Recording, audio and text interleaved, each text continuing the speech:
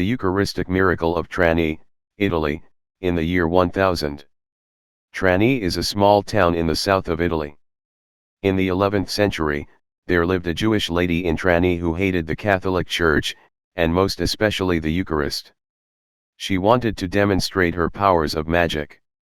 Too many people were turning to prayer and Jesus, instead of to her.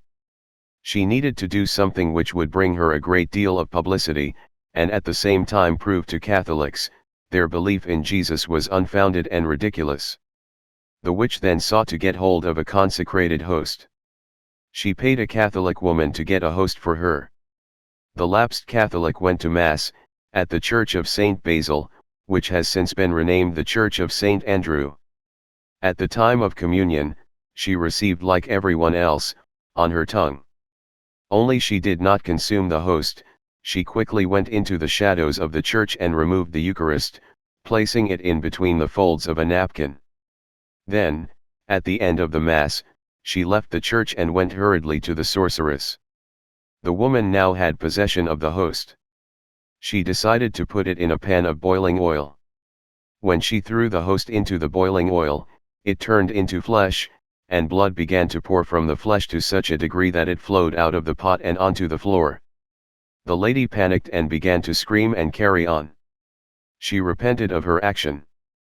People heard her screams, realized what had happened and got the priest to bring the host to the cathedral. A procession of city officials and townspeople accompanied the host.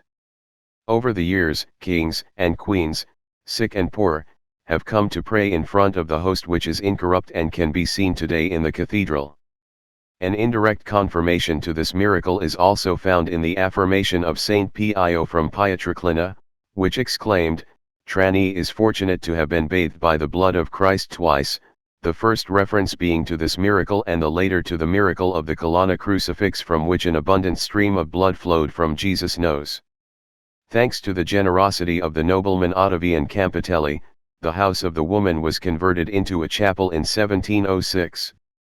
In 1616, the relic of the host was transferred to an antique silver shrine donated by Fabrizio da Cuneo. Throughout various eras, many tests were performed on this sacred relic and verified. The last one took place in 1924 at the Interdiocesan Eucharistic Congress headed by Monsignor Giuseppe Maria Leo.